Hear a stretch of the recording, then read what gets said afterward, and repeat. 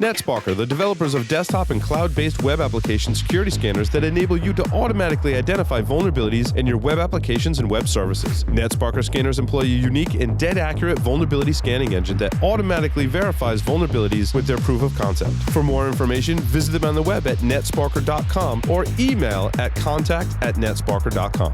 Recorded Future. They help security teams make more confident decisions faster. Recorded Future's technology automates broad collection and analysis of cyber threat data and delivers the rich external context you need to understand alerts and emerging threats. With real-time threat intelligence from Recorded Future, security teams respond to threats 63% faster and find undetected threats 10 times quicker. To get started, go to recordedfuture.com/securityweekly and sign up for the Recorded Future Cyber Daily. Every day, you'll receive an email with the top results for trending technical indicators, cyber news, exploited vulnerabilities, suspicious IP addresses, and more. Subscribe today and stay ahead of cyber attacks.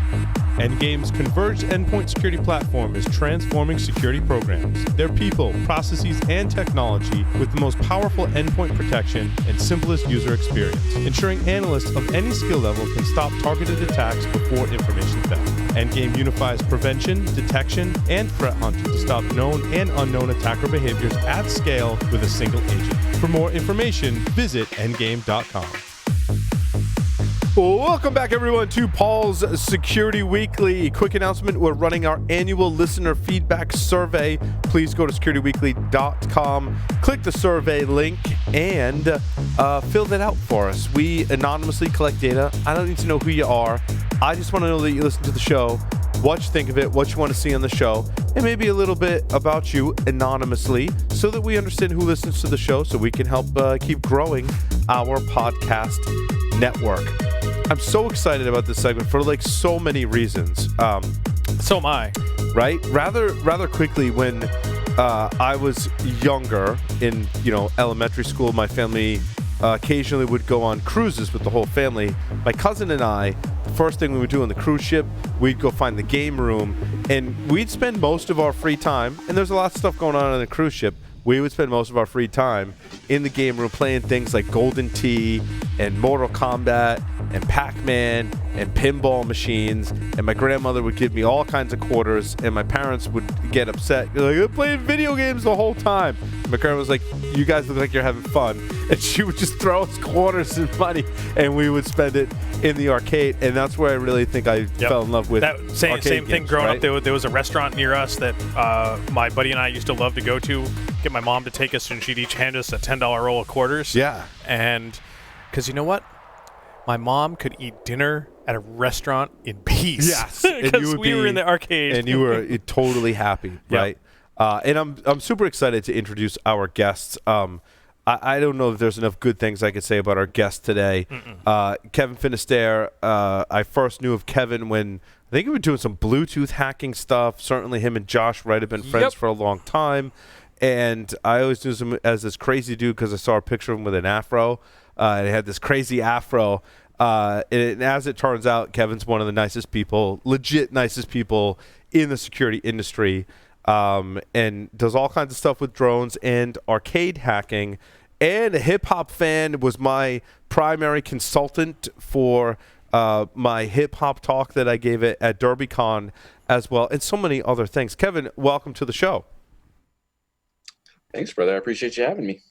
And along with Kevin, Josh Valentine is also an arcade hacking enthusiast, a security researcher. He spent the last 00458:000020 years in information security. He's moved to the dark side, helping clients secure their networks. And it sounds like as Kevin's partner in crime, figuratively, air quotes, crime, in arcade hacking and in all things hacking. So Josh, therefore must be equally as awesome. Exactly. Josh, welcome to the show.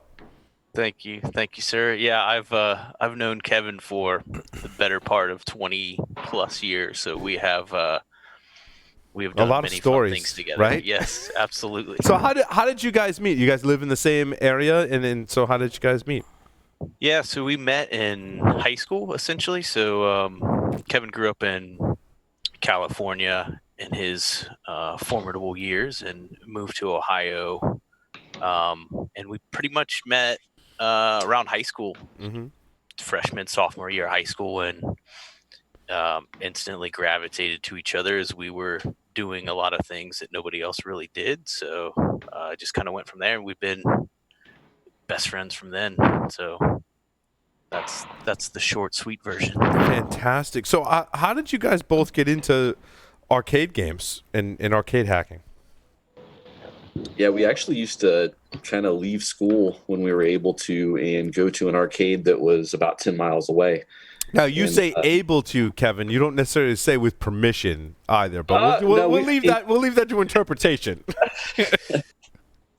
I mean, as seniors, we were able to have open lunch, and depending on what your class schedule was, you were able to come and go. And, so we did do that. I'm not saying that there might have been days that we didn't just dip out and go have some fun anyway, but Able to and permitted to are two different things. But anyway, I mean, in high school, I tried to do a lot of come and go too, but different kind of Wait, activity. never mind. Look, I won't sugarcoat it. We used to leave school, do some extracurriculars, and go play arcade games. There you go. There you go. Yes. yeah, we Jurassic Park shooter was kind of the one that we fell in love back then, and we just dumped dollars into it nonstop. And actually, Josh just bought one, I believe. Oh, nice. What I think one of my favorites right about the same time was the Terminator. Yeah. Yep, with his Great one, shooter. too. And now the one that I love that's a similar vein is the Walking Dead. So Yeah. what we've been trying to do is kind of listen to, all of those games that people are reminiscing on and just kind of start trying to take notes and, Yes. add to our collection as we can, so that when we are able to open up an arcade, we've got the ability to kind of cater to a lot of interests. And, Right. I'm really personally into early 90s or late 90s and early 2000s stuff. A lot of what the arcade bars are doing now is late 80s and early 90s stuff. So I'm almost an era past what's common that you'll find now. How did you guys get into like the hacking side of arcade games? I mean, we've both spent a long career in InfoSec, various parts of it, including research. And when we got started on this, Kevin got gravitated towards a particular platform, and we can go into that. But I think just having hardware in front of us that did things that you had that heads we down to. loved, just naturally, curiosity killed the cat. I'm certainly more curious hardware side than I think Kevin is. Not to say that he isn't, but as soon as I got one of these arcade machines at my house, I started taking it apart. I'm getting the screwdriver out, and then we're naturally thinking about, all right, there's clearly software running on these doing something. Let's dig into that. So I think it just came naturally, just being curious. And I mean, Josh, you've hit on so many elements of the hacker spirit, right? And I just want to start with like history for a moment, because in preparation during the break, we're talking about our Christmas episode, which is going to feature a hacker history kind of segment. In preparation for that, I decided to start listening to Stephen Levy's Hackers, Heroes of the Computer Revolution. And what's interesting is I stumbled on a lot of things, Josh, that you just said, right? That they, in the late 50s, early 60s, they were defining hacking as people who just had to figure out how things worked, right? The first computers ever to land at universities like MIT, there were groups of people that were in model train clubs and stuff that they just had to know how it worked and had to take things apart and had to hack at things. And what's interesting was I came across at least one kind of tidbit for this segment that I was like, wait, so they were model trains, had relays and switches, right? And that translated to some of the technology used in early computers, TX0, I want to say, and even IBM 704 and 709 mainframes. I believe this is well before I was born, so bear with me. But one of the parts of the book said they were taking relays from pinball machines, not arcade games, but pinball machines back then, right? Is that? Do you guys are familiar with some of that history? I know at the very least that, some of what we consider to be modern video games originated out of, those various schools like MIT. Some of the folks that went on to form companies like Atari. Yep. Create. Sierra Online, Kevin, they talked about too. Like, remember that company? They did all kinds of games. Absolutely. Really early on, right? Lord Garrion. Yeah. But yeah, a lot of that early electromechanical stuff that's, from pinballs and, some of the early iterations of Pong. I don't honestly understand how a lot of that stuff works. And I've discussed this with Josh before, like, the first person to invent a CRT TV, whoever came up with the idea to take a laser and rapidly scan it back and forth. Like, I don't know how you come up with that, but yeah, a lot of that. So what's interesting, Kevin, to speak to that, in the part I'm on in the book has covered that, and so I'll try and describe it for you because it's exactly what you described. The early IBM mainframes I was talking about, they were at MIT at the time. The students and operators figured out that there were lights on the front of the computer, and that they could make the lights go on and off in a sequence.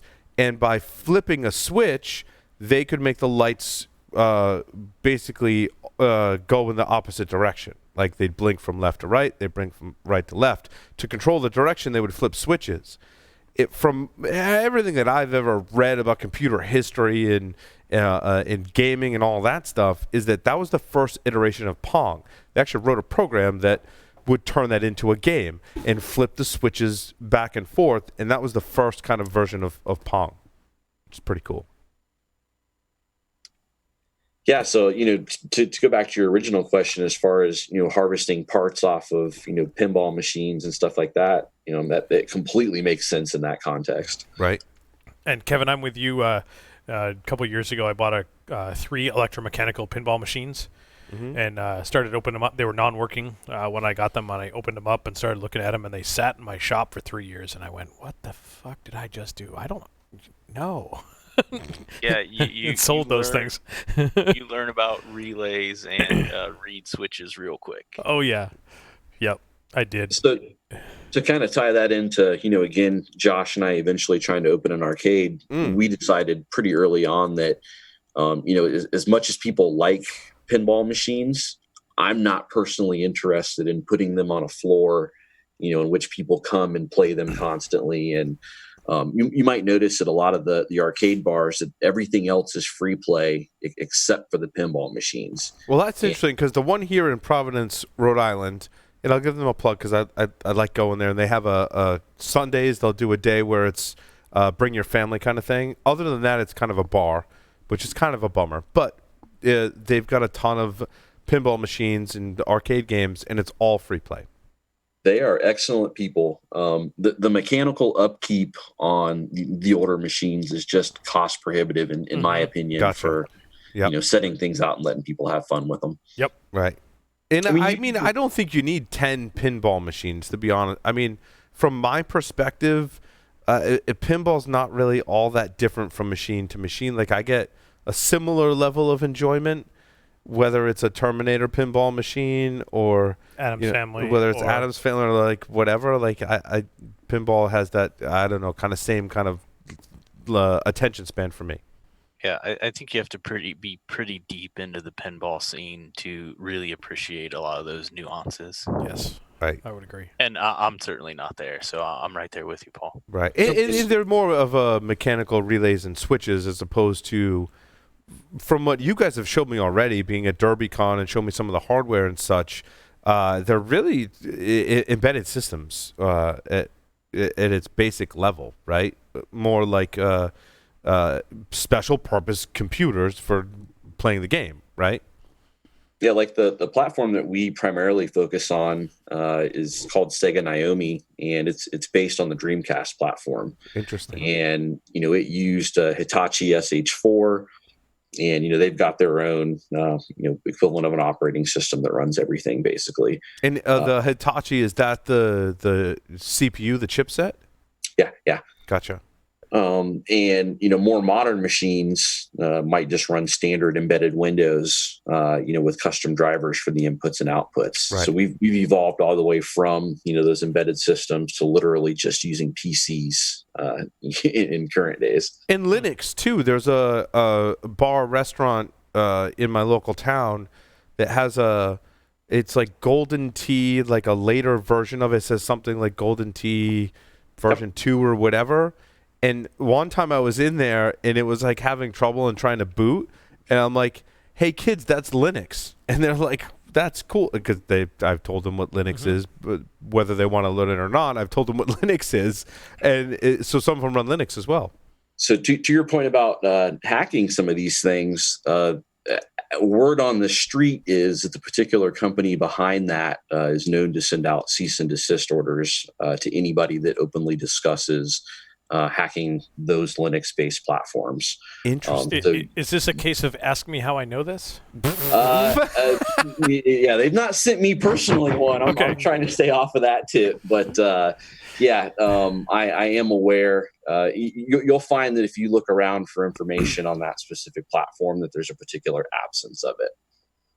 And that's an interesting point, Kevin, that when I read about hacker history and even computer programmers, right? When we look at things like traffic and we sit in traffic, we think that there's a better way to deal with that, right? And we want to, and we've, all of us on this call, right, have been in the hacker and security professionals for probably 20 years or more.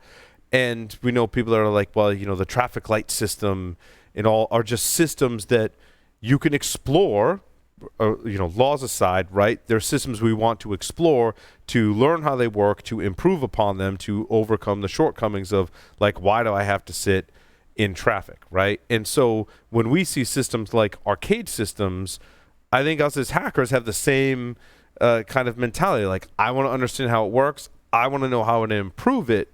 But then I also want to share what I learned with everyone else because information wants to be free. The knowledge that I've learned, I want to share with the community. So folks like Larry and Kevin and Josh can have their input and input their experiences in different backgrounds so that we can learn more and share more information, right?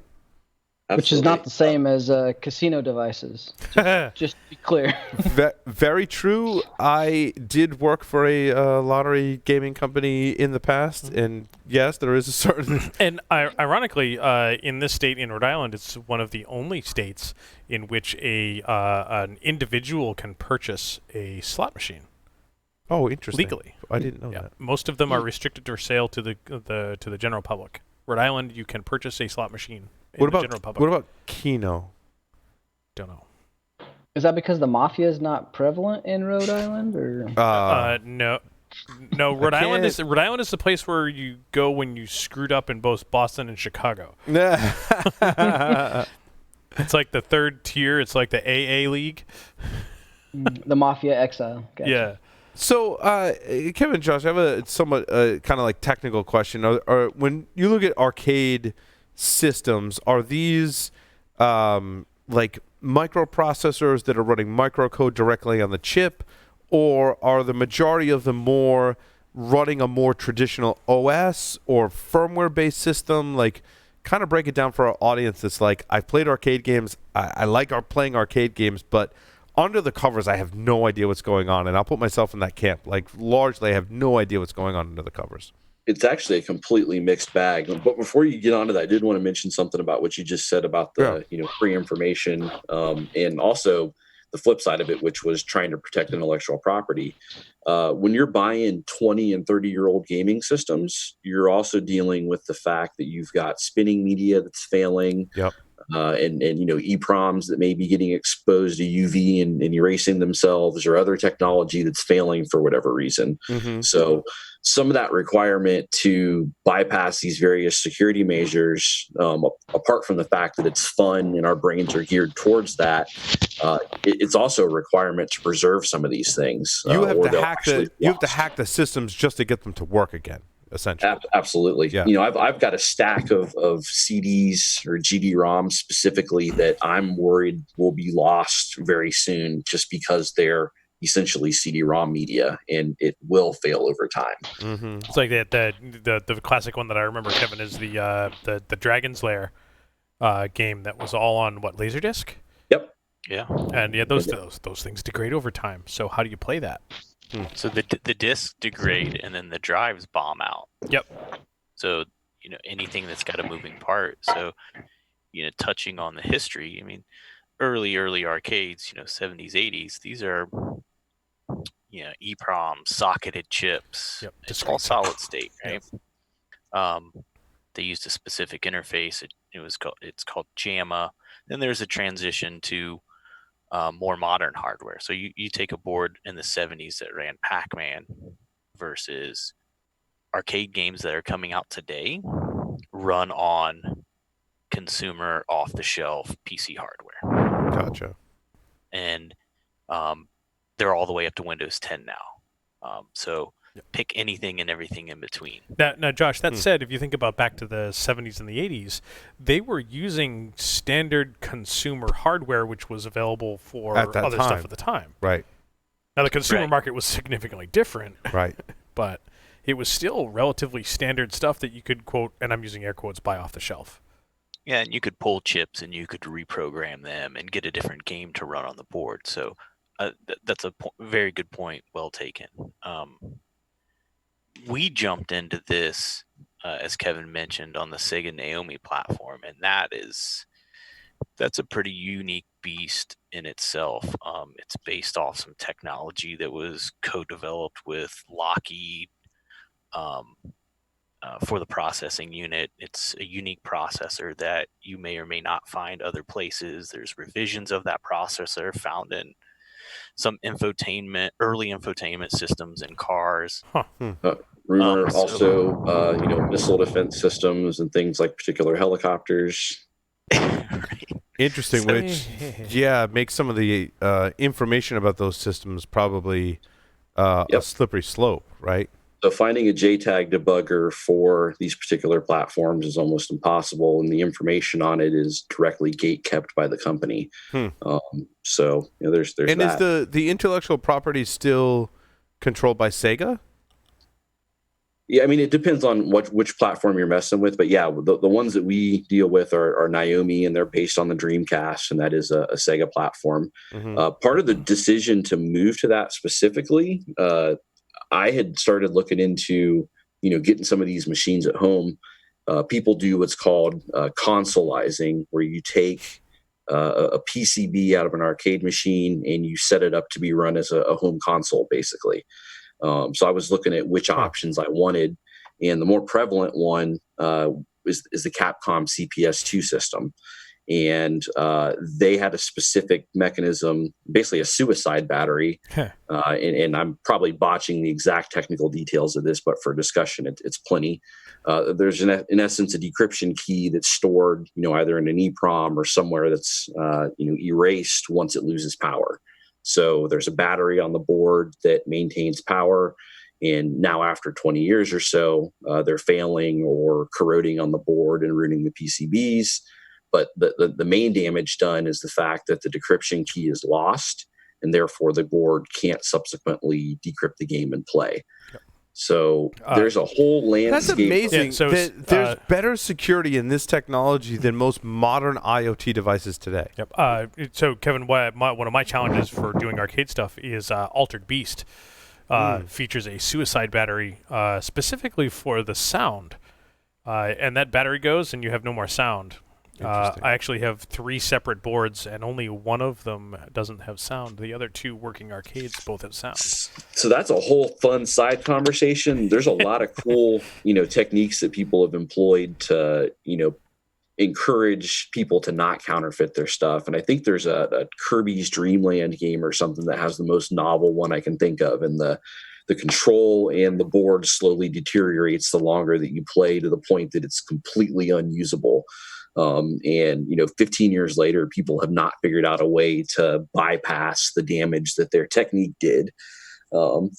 So back on the suicide batteries, though. In these boards, Kevin, they're keyed differently. Like, it's not just like one person can figure out the key, and that's it depends on which game it is. Yeah.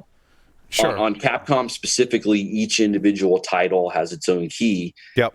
So there's a landscape, I think they call it phoenixing or desuiciding, where basically you can talk to people that will take boards that have suicided themselves. There's a public archive, I guess, for a lack of a better way of putting it, of decrypted games that people have, come across various ways over the past decade or whatever.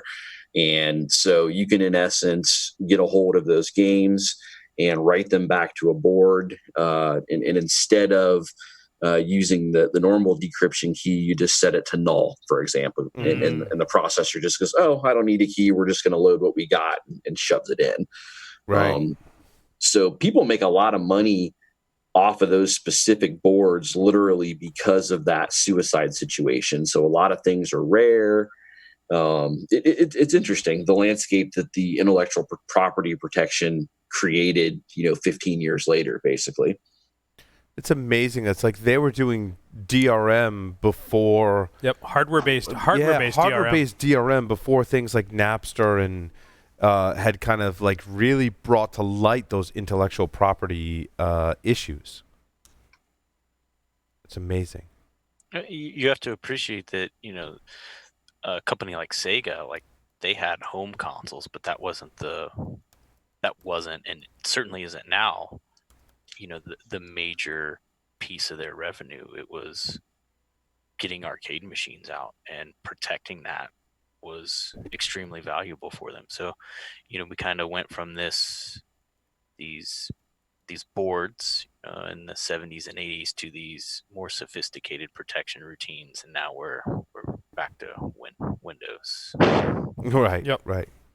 So to tie off where I was, our choice to go with the Naomi was based on the fact that whole Capcom landscape was annoying at best, and I didn't want a whole pile of Capcom boards laying around. Sega actually, towards the end of the lifespan on the Naomi console, created something they called a NetDim. And it was, in essence, a board that similarly took a decryption key, a physical device that got plugged into it, and you could, over the network, send it a game, and it would subsequently decrypt it, cram it down the console, and launch it. So, again, over these, the lifespan of the console, people have done almost exactly the same thing. And there's ways to dump the games, to use the community terminology, and subsequently, use them in an unencrypted fashion. There was a debug method in the firmware on the NetDim that would allow it to play a game without an encryption key by setting a particular flag, basically. So Sega essentially has a platform that was specific to certain hardware, but the games are still software. You can extract those games and play them on a console system similar to the console like Xbox that we have today, and play a whole bunch of games connected to a TV with a controller, right? Yeah, absolutely. I mean, it's literally the analog to a Dreamcast. And you'd mentioned Xbox. Sega also had a couple other platforms. One was called a Chihiro, and that actually was based off an Xbox. There's another one called Triforce, which is based off the GameCube. And I've got another one, for example, that's it's a custom Wii machine that was made specifically for Capcom. So, there's a lot of links in the development and the hardware back into the home market as well. Capcom was a company that made games, not the platform. Yeah, they made Street Fighter 2, but they historically had their own platform as well. That was that CPS2 platform that I mentioned before. Okay, gotcha. That is a Capcom platform also. And it's interesting you say that. 'Cause Street Fighter is one of the games that many of us today have played in an arcade or on various gaming consoles. Is that one that has Street Fighter transferred to different companies, or is there one company that owns the intellectual property to the game? Yeah, that's Capcom's intellectual property. Gotcha. And so they'll license it out to, Nintendo.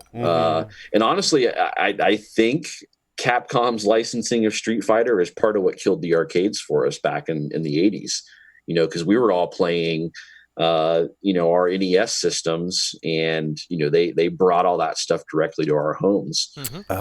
Yeah, and- right. Because we would play early on. Well, a lot of us are older, right? We would play games on our home consoles that we identified with, that we played in the arcades when we were in elementary school, right? So, that kind of went towards the push of all this intellectual property, going mobile is where it all is now for the most part. But yeah, these various game companies will license these titles out.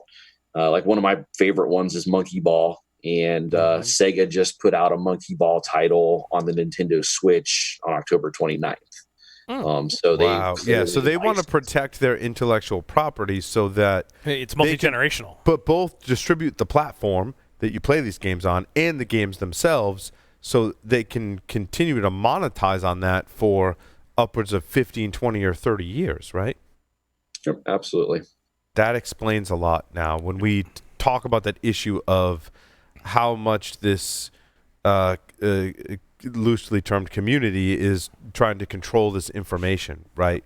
So what it sounds like to me at this point is that the gaming companies that make platforms and or games are trying to control their intellectual property so that they can continue to monetize on it. When someone figures out how to essentially hack that platform or that game, they keep it to themselves because, one, they probably fear legal scrutiny, and two, they themselves, by the act of hacking it, can then monetize on it.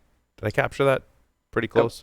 The legal scrutiny comes up pretty frequently. I'm obviously not a lawyer. You obviously know I've come upon my various skirts with folks trying to assert their legal rights against me. I was one of the you've got some bumps and bruises, Kevin, and that's one reason why we love you, because you embody the hacker spirit despite any bumps and bruises.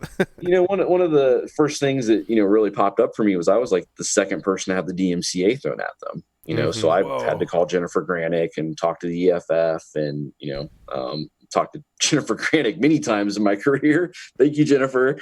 But it's interesting that the Jennifer Granicks and Liz Whartons of the world, they have nothing but nice things to say about you, Kevin. They love you like through and through, right? I'm glad. I'm glad. I'm glad too. I'm glad we're able to maintain those relationships, right? Important for everyone. I've definitely been a problem child to certain people in that aspect, but it's a lot of them have been almost landmark cases in that regard. So, in my opinion, some of the wording in the DMCA currently directly affords you the right to do some of this stuff in order to maintain games and hardware that you own.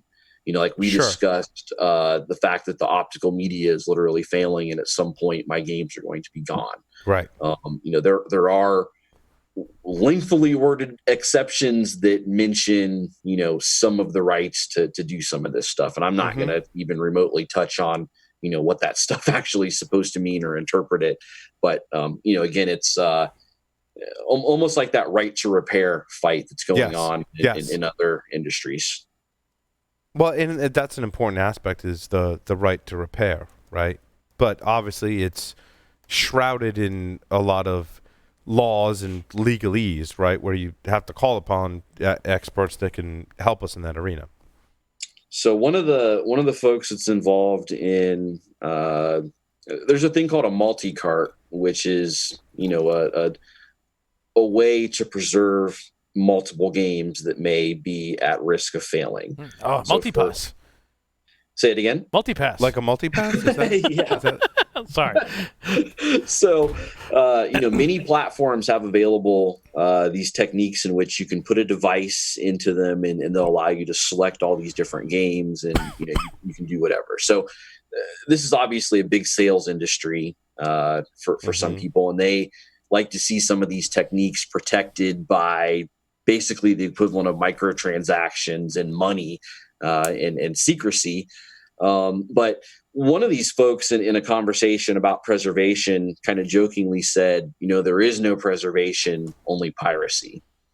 And, it's kind of a tongue-in-cheek comment, but, again, when you're talking about somebody's intellectual property, sadly, some of these things like, again, right to repair, the owners may consider it piracy, and they're willing to kind of fight tooth and nail, about that stuff. Yep. Especially when whatever you've actually been able to preserve ends up somewhere publicly on the internet. Mm-hmm. Exactly. And speaking of which, again, you're not a lawyer, nor did you stay at a Holiday Inn Express last night, and I'm making assumptions about the Holiday Inn Express. What's the sort of legality in your understanding about what something like public available ROMs for some of these older games and using those with some emulations with something like MAME, the multiple arcade machine emulator? Yeah, and also on the preservation side, of course. On the preservation side, but also like the difference between I want to create a MAME cabinet versus the actual arcade cabinet. Is there like a religious thing that is that like what? Well, how is that looked upon by the community? I guess. So there's two parts to it, and there's a really good example. So we've got Micro Center here that's been selling these chintzy, arcade one-up clone. You can get things at Walmart now. Yep. Right? Yeah, they're everywhere now. Yeah. All kinds of these little DIY cabinets. You'll notice that you can't play those games in Micro Center, and that's because they don't actually own any of them. And you'll note that when you buy those systems, they explicitly don't give you games. They give you some kind of cryptic, you can find them on the internet hint. And that's because at the end of the day, there's been a number of companies that have asserted their legal rights. Nintendo is probably the loudest one currently. Sure. And, I think if you read the wording on the most recent docket from Nintendo, they've claimed basically that you can't transfer, copy, any what they're calling unauthorized copies of their software. Mm-hmm. And in essence saying that, when you buy their software, you own one copy of it, and it's that physical copy that you have. And that's where it starts getting gray into DMCA rights. So no right to repair, no right to make a backup. Yeah, copyright repair. I think copyright wording says that you actually can make a backup of your media. Again, I'm not a lawyer. I've read some of these things, but media loosely defined, and sure. Yeah, and it's still, for the consumer, it's like, how many times do I have to pay to license the same content, right? If I buy my mom bought me Contra back in '87. Let me have a copy of it now. Right? If I buy a game or a song or an album or a movie, I want to buy it once, and if my media fails, I want to legally have the rights to that, but that's not the case today. It really isn't. This is why folks that have a subscription to DVDs at Netflix.com, and they back up the content that they have borrowed from time to time. And my friend told me, what's the Raspberry Pi distribution that does the gaming thing? PiMame? Yeah, there's a few of them. I can't think of them off the top of my head. RetroPie. Yeah, there you go. My friend tells me once you get RetroPie, you can go on the internet and find an entire archive of every game that Nintendo ever created and put it on RetroPie. Now, there's extremes to these laws, right? And and that's even much harder now. They've tossed out multi-million-dollar lawsuits at Joe Schmoes recently, and ensured that all ROMs are pulled off the internet. And but you can't, as we all know, you can't pull anything off the internet. Right. It's just like anything else. There's places you can go, but they're definitely making attempts to keep their intellectual property from floating around, basically.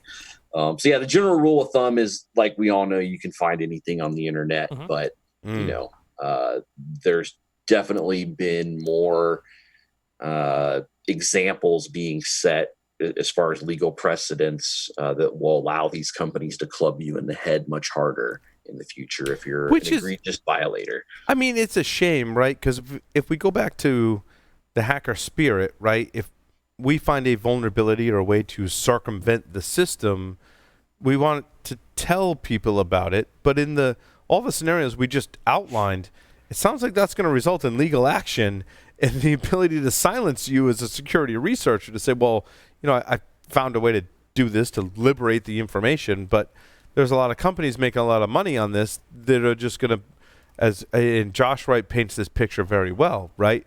Ninja lawyers are going to propel from helicopters down on rope with one hand because they've got a briefcase in the other. Briefcase in the other hand, right? Very vivid imagery, right? Yep.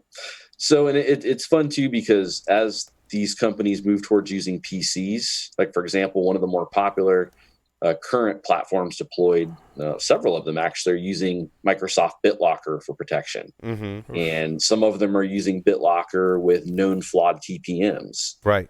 So, discussing vulnerabilities in their platform now actually isn't really discussing direct vulnerabilities in their stuff. It's more so discussing publicly known information in the operating system that they chose to use. So I think their ability to silence people about discussing certain things is also becoming a little bit more difficult in that light. Just the same. So hacking in this arcade game scene sounds like it's very different from the hacking community and culture that we've built in InfoSec and security, right? Is that if in the arcade scene, if someone finds a way to hack something, they're going to keep it to themselves, and they're going to kind of poo-poo anyone else that wants to make that information public. Whereas it's a very different dynamic, I feel like, in a lot of different cases in the computer hacking scene. Yeah, we're not talking about like 0-day vulnerabilities, and Yeah. that's a whole different discussion. It's just cracking the puzzle, and sharing that information has been extremely difficult to extract from people, and people hide behind the guise of multiple things. Some people have claimed, this arcade platform is still serviced by the manufacturer, and it's not. These arcade platforms are still in arcades. Well, Pac-Man's still in an arcade, right? I mean, there are 30, 40-year-old arcade machines that are still in arcades. And then you turn around and, in private messages on these forums, these dudes will sell you a hard drive full of the games. It's I really don't care about the games. Like, I'm more interested in how this system works. I'm not interested in the piracy part. I mean, I'm curious about it, but I want to learn along with you and build on top of what you've already done, and figure out how this system works and how we can crack it and how we can pop it and have a little fun. Once we started getting into this and we discovered that more modern arcade systems are run on PC-like hardware and run Windows, Kevin bought a machine that was running like Windows XP embedded, and good old MS 08067 popped up. Right? So right, yeah. We got another one that had Windows 7 embedded and Windows 8 embedded, and good old Eternal Blue pops off, right? So it's that VxWorks bug too in the Sega stuff. The VxWorks debug ports that were open in like everything since the Moon rover or something stupid like that. Was that HD Moore and Rapid 7? Yeah, right? They put it in Metasploit and everything. That was in the Sega NetDim. So, you can put a GD-ROM in the NetDim and then run that Metasploit exploit against it and dump all the memory contents. It's excellent. Yeah, so security research that collectively as a community we've done and have access to applies to a lot of these platforms. Yeah, there's definitely some crossover there. It's a completely different nut to crack, but there are a lot of parallels. A lot of the same thinking and mentality certainly applies to a lot of these platforms. And the same thing goes on the hardware security side of the house. These all have debug interfaces, serial ports that you can tap, SPI, chips that you can attach specialized hardware to and dump the contents of, microcontrollers with known errata that allows you to bypass the security fuses. There's a number of things that are, direct analogs on the software security side that also apply to the hardware security. And your barriers maybe soldering and being able to get a hold of the tool. And a lot of the ICS hacking techniques, right, that hardware hacking where basically I can intercept the communication between the chips on the board, I would imagine certainly apply to this platform. Just like it would an embedded controller that is doing your power meter, right? How you gain access to the information on that board would apply to an arcade game. And Kevin, this very much reminds me of that situation where you described with the home-based console that you push something to it over the network, which then is decrypted, which is then sent to the processor. You intercept it between them. After post-decryption sent to the processor. Absolutely. So, our community has a direct home in the arcade community. I've actually been trying to encourage more of our people to, kind of push their way in.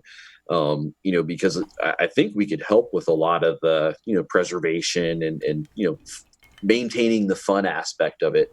Agreed, Kevin, right? Like our technical skills and techniques apply, but I think what it sounds to me that's missing is our ethics and culture that could help make it a better place, right? Absolutely. That's interesting. Well, yeah, I don't want to say it's a call to arms, right? But it's a call to action more accurately, that those of us that are in the security community today, many of us love all of these games, right? Most of these games, that we can now impart our culture in spirit on this industry as well. And there's already a lot of gamers, in our industry. Josh and I brought those 3 machines to DerbyCon last year, which turned into 6 machines this year, and kind of popped up the unofficial DerbyCon arcade. So 9 machines next year. Right. Oh.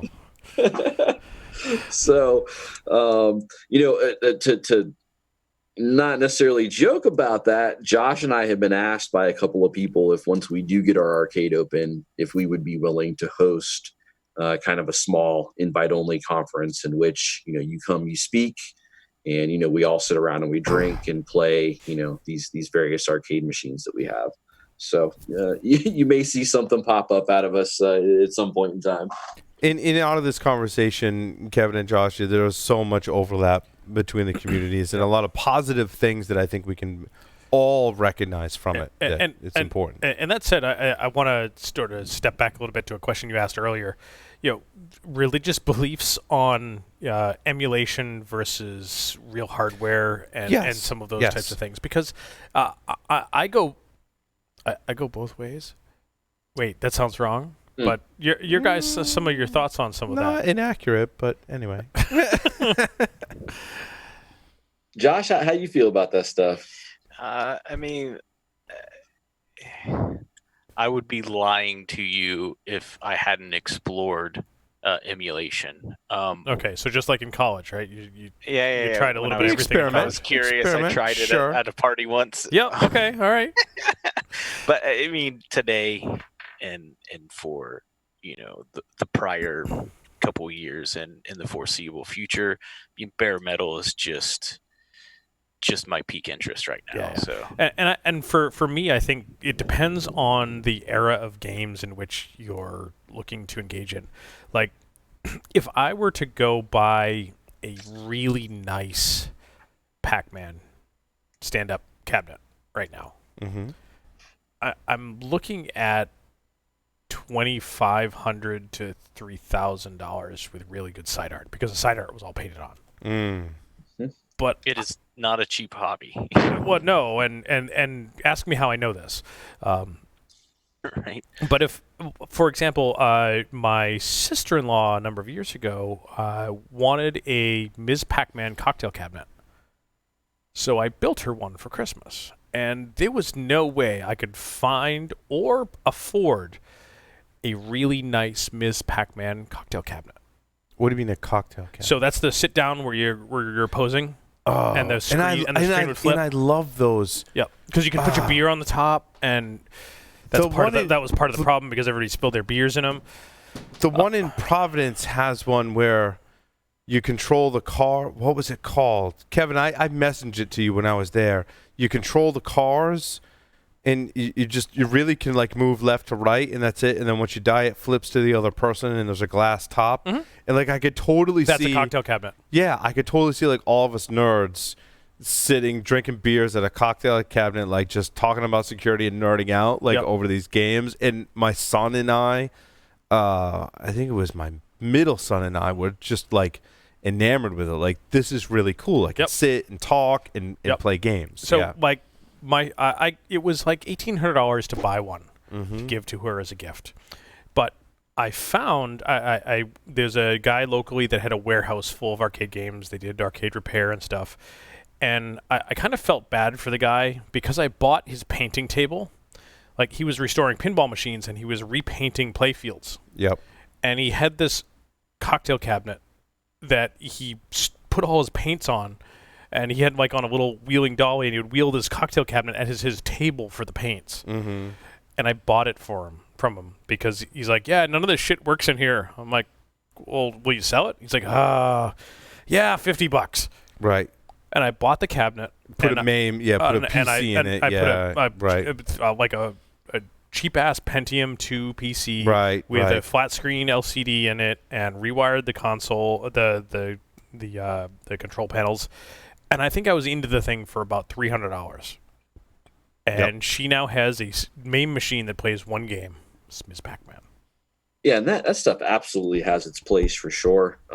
I get hung up, as a collector at some point in, the inaccuracies in some emulation. Yeah, agreed. There's certain games where bits of it will stutter, or because of some of these copy protection mechanisms, even the way the game was dumped, small bits of it might not be able to have been properly dumped. Mm-hmm. And then there's even, you mentioned an LCD. There's a whole tribe of LCD versus CRT, and that's a big discussion. It definitely has its place, and there's some things that you would possibly never ever play if you didn't have access to that emulation. But yeah, I'm in the context of what we're doing, trying to open an arcade.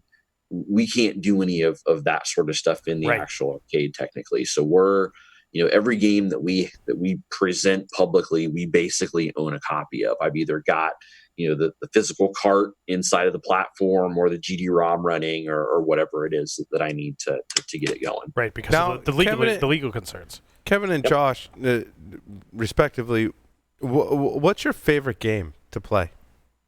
Oh boy, I know it's a hard question. I know. I mean, man, so it's been evolving for me lately, but I'm gonna stick tried and true on the Marvel versus Capcom, and that goes back to the root of why I went with the Naomi, because I wanted Marvel versus Capcom. I was always enamored by like the menu, the attract mode. Like when you walk by, it's got this dope ass artwork and really wonderful, hip music with like a saxophone thing, and it's just awesome. All right, so that said, Paul, I want to take your question and modify it a little bit, because that one is really hard. It is, and I think I want all of us, maybe except for Joff, because I know Joff isn't into the game so much. I want all four of us to answer top 5, or as many of the top 5 as you can do. Kevin? I could probably chime in on this. All right. Well, we'll start with Kevin, because he already got number 1, Marvel vs. Capcom. Street Fighter 2 is always up there. Street Fighter, Street Fighter for me is definitely in my top 5. Okay. I'm really feeling Melty Blood. Ooh. It's I've been getting into these really obscure fighting games lately that are hard to find the PCBs for. The joke in the community is to call them dank PCBs. Nice. There's like you're on some of the forums and they have a dank PCB Friday, and you post your dankest PCB out of your collection. Nice. So another one in that realm, I'm going to go with Arcana Heart. Okay. And I just got this one. It's called Tatsunoko versus Capcom, and it's very similar to that Marvel versus Capcom. So those are mine. And as Kevin knows, Golden Tee for me is just earns a special place in my heart. And Kevin will describe it. I think you described it to me as like if you were in a fraternity in college and Golden Tee was in a 15-mile radius, like you were there with your Paul, it sounds like discount pitchers of beer playing Golden Tee. Sounds like you're next for the top 5. Yeah. So Golden Tee. Golden Tee. What's the another 4? More recently, what is the Star Wars? There's a couple of Star Wars ones that I really like. Okay. One is Forest of Endor. Have you guys played that one? Yep. Forest of Endor is really, really cool. Love that one. And I don't remember the name of the other one, but you're in the spaceship playing Star Wars. What's that one? Is the Pod Racer one? No, not a pod racer. This is like old school Star Wars. Old school, like old 1980s? school. Yeah. Okay, yeah. So vector-based graphics. Yes, and- vector-based graphics one. Yeah, where you're trying to.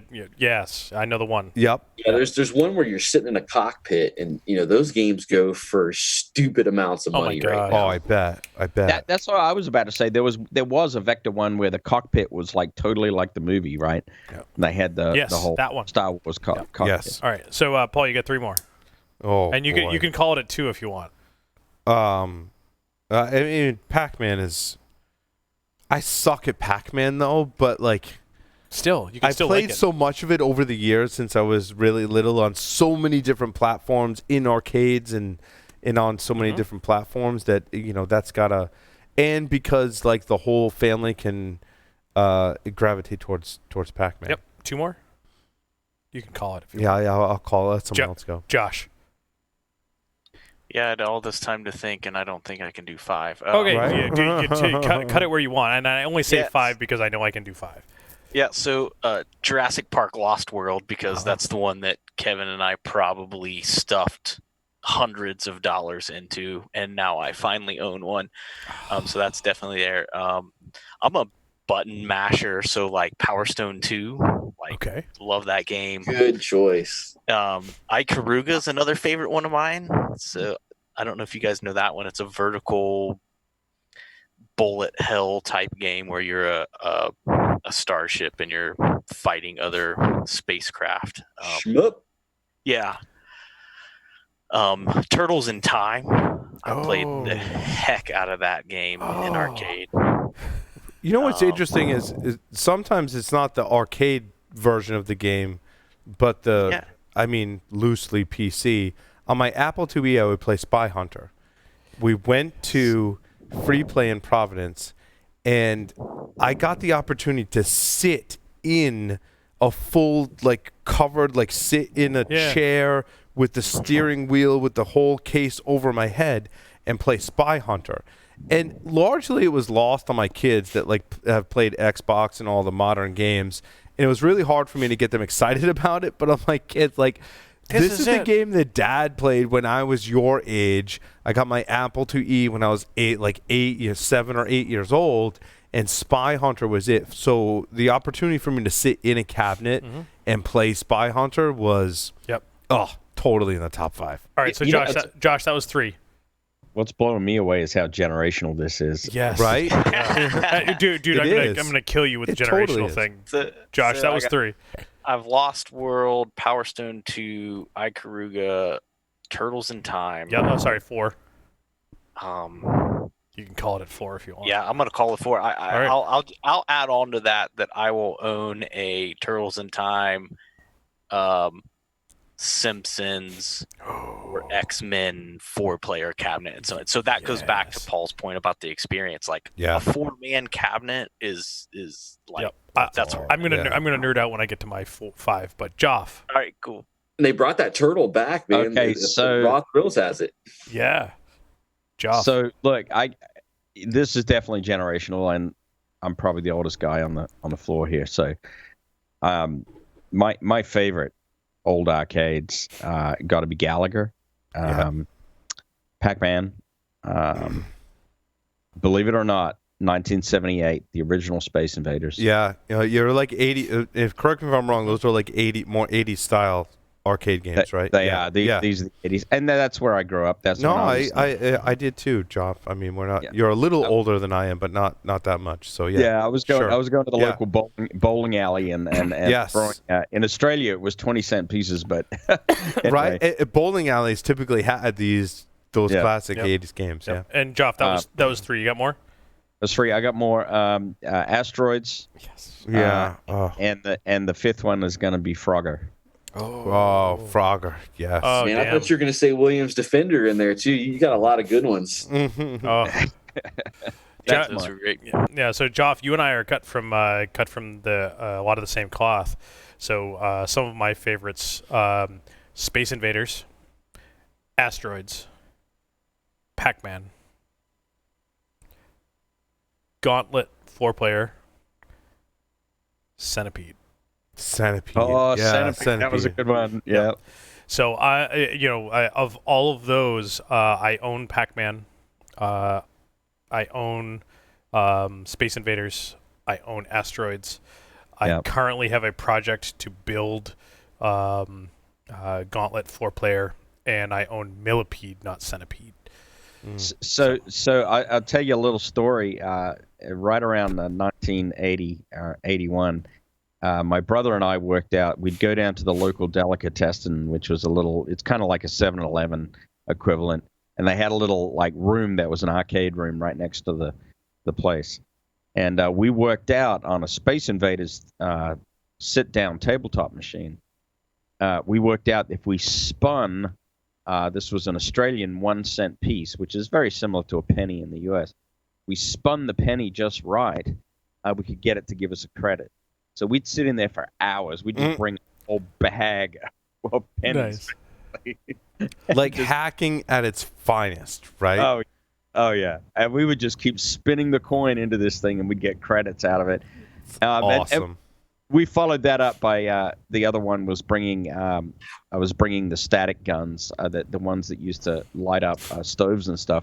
The little static lighters, you could actually short out the electronics enough to give you credits as well. Yeah, those work on the Japanese pachinko machines to get the pachinko balls out of them. They sell little handheld EMPs. And to your point, Sega actually put out advisories for the cabinets that Josh and I owned back in the 90s. And some of them were, there was a certain way you could kick the cabinet really hard and it would flick the coin switch. And then there was some other, way to jimmy the coin door open or something stupid like that. But I've tweeted them in the past. I'll try to dig them up for you guys because they're pretty funny. Love how it embodies the hacker spirit. Now, Kevin, what are some of your favorite games to play? Yes. Oh yeah, I dropped mine. The Melty Blood and some of those obscure fighters. The dank boards, as it were. Exactly. Dank now, rolls. So one of you guys mentioned that you were at an arcade recently and the stuff was kind of lost on your kids. Yeah, that was me. Because in the summer, the one in Providence called Free Play here in Providence, Rhode Island, and Kevin, I was texting you pictures because I was like, this is like, it was so nostalgic for me, right? And a lot of it was lost on my kids, like you said. So that's again some of the thing that Josh and I are kind of hoping to capture in this arcade that we're going to eventually pop open is the fact that most of the younger kids that do either find their way into my garage or wherever I've got these cabinets, Derby-Con, for example, they're all really pumped about playing games that they've heard of but have never actually played or only played on the mobile platform. And they grew up on Xbox talking trash over the microphone. Right. So that feeling of standing shoulder to shoulder with somebody while you run your mouth and you're simultaneously banging the stick. Nothing like it, right? Mm-hmm. It's a completely different feel. And they've all been really excited to, engage in that basically. And Kevin, it seems like your son too is like really stoked about gaming, whether it's on an arcade platform or whatever, right? Absolutely. And now my daughter, we've got 3 arcade machines in the garage, and every time she gets out of my wife's car, she wants to go stand up on the sticks and bang them and smack the buttons. So it's in my DNA for sure. Yep. Same sort of thing. We have a bunch of arcade machines in our basement, and the 6-year-old is responsible for feeding our pets cat food and the rabbits and stuff in the basement every morning before she has breakfast. The other day I caught her down in there on the exercise bike. She was doing an exercise routine when she should have been upstairs eating breakfast because you got to get to school. I totally get that. And the other day caught her with the pinball machine. Mm-hmm. She had she knows how to turn the pinball machine on and she knows how to grab the stool and she's down there. I'm like, what is that noise? Oh shit! It's a pinball machine. Right? Get your ass upstairs. You want to yell at them, but you're like, you can play that. Like I can't help it either. Like, can I have a turn too? Yep. Yeah. I'm like, get your ass upstairs. Now, Kevin, also kind of in the same vein as the hacker spirit. I think what much of our audience may not know is that I very much consulted with Kevin on my Kung Fu Hacker talk. And subsequent talks that kind of borrowed content from that and expanded upon that. And when I first went to Kevin, and I'm like, I'm doing this talk on how hip-hop music intersects with hacking. He's like, dude, you totally got to talk about the Amen break. And I'm like, dude, I've been listening to hip hop since like 1992, maybe, like whenever Straight Outta Compton was released. I was even before that into LL Cool J and all that stuff. Right. And I had never heard of the Amen Break. And the more and more that both Kevin and I research it, the more and more we find that is the number one, I think, sample, not just in hip hop, but in all of music together. And it's something that Kevin and I kind of frequently nerd out on, even to this day. And it's been over a year since they've given that talk at Right. DerbyCon. It's ridiculous. Right? It's just like, 2,500 songs that sample that break. It's like the movie with the Wilhelm Scream. Well, examples in movies, Larry, are even more, just as staggering as examples in music, from where stuff has borrowed from the past to create the future or represent ideas in the basically the present, right? Yep. And in my recent talks, right, I've talked about George Lucas and the things that Lucas borrowed from, in terms of martial arts. Martial arts, Akira Kurosawa, Philip Campbell, in the hero, whatever that's called. I can't think of it, but a lot of borrowing, right? Yep. And putting your own kind of spin on it. And Kevin and I always come back to this group, and there's so many amazing things about this, like, little story, Kevin, right? Like, it was a mixed race group, black people and white people, in 1969. And if we all go back in our history books, right, and look at the year 1969, which is so interesting because a lot of us turned 50, including Ed Scotus, right? And so they were born in 1969. You look at Woodstock, you look at putting a man on the moon, you look at the music from that time, and it's all very interesting to study. You look at the social and racial state of 1969. First off, a mixed race group in 1969 is just controversial at that time, right? And Absolutely. Then you look at what they created, this like little known B-side called what was that? The group was Amen Brother, Kevin, and what was the song? I don't even know the song quite honestly. I'm so focused on the break. Because we call it the Amen Break, and it's Exactly. this at like 26 seconds or something. I talk about it. I actually play this song, Kevin, in my talk, and I play the specific point. I'm like, this is the Amen Break. And when you hear it the first time, it's really this about 9 or 10 second drum solo. And once you've listened to it a few times, what you're going to do, like Kevin said, over 2,000 songs have sampled this drum break. For the record, Can't stop hearing it. It is the band called the Winstons. The Winstons, thank you. And the song is called Amen Brother. The song is called Amen Brother. Yep. And we refer to it as the Amen Break, thank you. And I think it's about 19 or 20 seconds into the song. 28 seconds. 28 seconds, thank you. Thank you, Johnny, for posting that link to the Slack channel so I can become educated. It's interesting. There's lots of articles, and Kevin, you shared those articles with me. Now, what's interesting is a little over a year ago, Kevin said, if you're comparing hip-hop music to security, he said the Amen Break was very influential to hip-hop music. He's like, what was equally as instrumental and influential in computer security as the Amen Break was to music? At the time, I was like, dude, I have no idea. Yeah, we were both dumbfounded. It took us months to figure it out. And then we were it was like, duh. And then someone in the office was asking about the history of Linux and Unix, and I brought up the family tree of Linux and Unix. And at some point, I had this aha moment where I was like, Linux and Unix are really the Amen Break to computer security, right? And you've seen this in my recent keynotes and such, where I talk about this. And Kevin was like, dude, the answer was right in front of us the whole time. Like, it was so obvious that we didn't see it in the beginning. And just the more we study this, the more amazing that it is. And Kevin, you've done some more research on it recently, right? And pointing out, Kevin will send me songs, and he's like, dude, listen to this. And I'm like, dude, that's the Amen Break, right?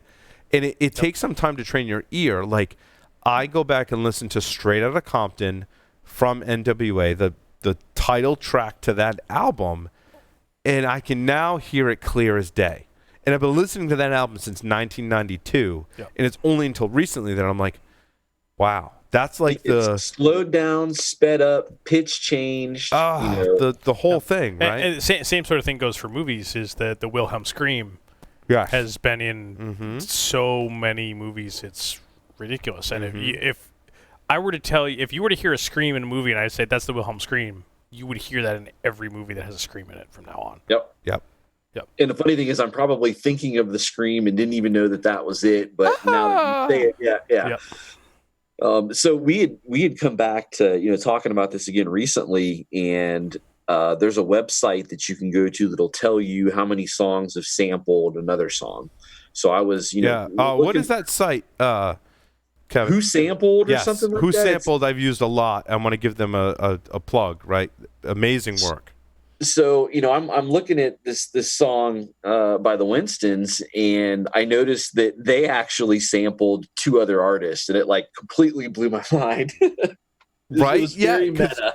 You're looking to like a hip hop song that sampled a song that sampled a song, right? Like it's a whole evolution. Yeah, it's musical inception. It's the other thing is, you guys are talking about the '60s. I would say that the '60s people were of more of an open mindset than they are today. Agreed. And it birthed a lot of things, a lot of creative things. Unix included, a lot of these great musical ideas. And I think we take a lot of it for granted. It's a worthy decade of study. It totally is, right? And again, when I read Stephen Levy's book, they're talking about creating software on the first computers that were accessible to students at MIT, right? And they're like, so if I create the software and I figure out a problem, why don't I share that with my peers so they don't have to recreate the wheel, in other words, and then they can improve upon that and share it with everyone else who's creating software after that. Like, that was the birth of open source software and sharing, and really a lot of what we embody as hackers, right? And Larry, to your point, in movies, I didn't realize, I knew that Lucas drew ideas from multiple sources. Yep. I never understood, and obviously you're a huge Star Wars fan, as am I, many of us, right? Flash Gordon from the 30s and 40s. When you watch A New Hope, right? And first off, think about that. Lucas had to pay fines for not running credits at the beginning of that movie. And he starts the movie with the text that's scrolling and going off. And you're like, that's so groundbreaking. But what I realized in my research was he took that from the Flash Gordon TV series from the 1930s and 40s, has the same scrolling, right? And so, Kevin, just to bring that back to the Amen break, right? While we want people to use our works and our information to be free, we also want those that influenced over 2,000 songs to be compensated for their work. And some of the articles that we've read about the Amen break, there's like Patreon or other kind of things you can donate. They raise money for the folks, right? Yeah, I had run across an article that somebody had used, some sort of crowdfunding page, back in 2015, and actually got 24,000 British pounds, whatever the equivalent of the dollar is. So that's pretty cool that the community recognized that those folks hadn't got paid. If you look at a lot of the Wikipedia articles, the trope in many of them was they were never paid for their work. So eventually somebody said, hey, let's get some of these guys compensated at least. That's pretty cool. And according to the article that Johnny sent to us earlier, the guy that played that drum beat, Gregor Coleman, died homeless and broke in Atlanta, Georgia. Right, and that's an atrocity to have influenced so much of creative works after that. And right? it was and according to WhoSampled.com, it had been sampled 1,862 times. Right.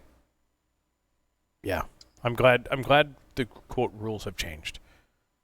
Yeah, and we could do a whole It's funny segment, because right? to a certain extent they've also they've changed in a weird way, like we discussed earlier about preservation and stuff. Yes. I don't know if you've noted, but you can't go to a restaurant and get sung the traditional "Happy Birthday" song. Actually, you can now. You can now. Can now. You can now. So for a while, the family that owned rights to that song was actually exerting their rights and trying to sue places. Right? Yeah, we don't want to go the other extreme either. Like there's a happy medium. Yep. The 100-year copyright has expired on "Happy Birthday." Excellent. Yep. I think that only happened within the last couple of years. Yeah, it definitely. A lot of lessons. So to mention the break again, I'm actually I've been listening to various arcade titles that I play to see if I can hear any of the music there, because some of the music on those games is actually things from traditional artists. We've got a game called Crazy Taxi that's got a soundtrack by The Offspring. And Josh was actually instrumental in getting our game autographed by the band when they were at DerbyCon last year. Wow.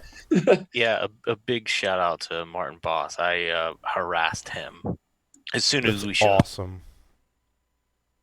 That's really cool.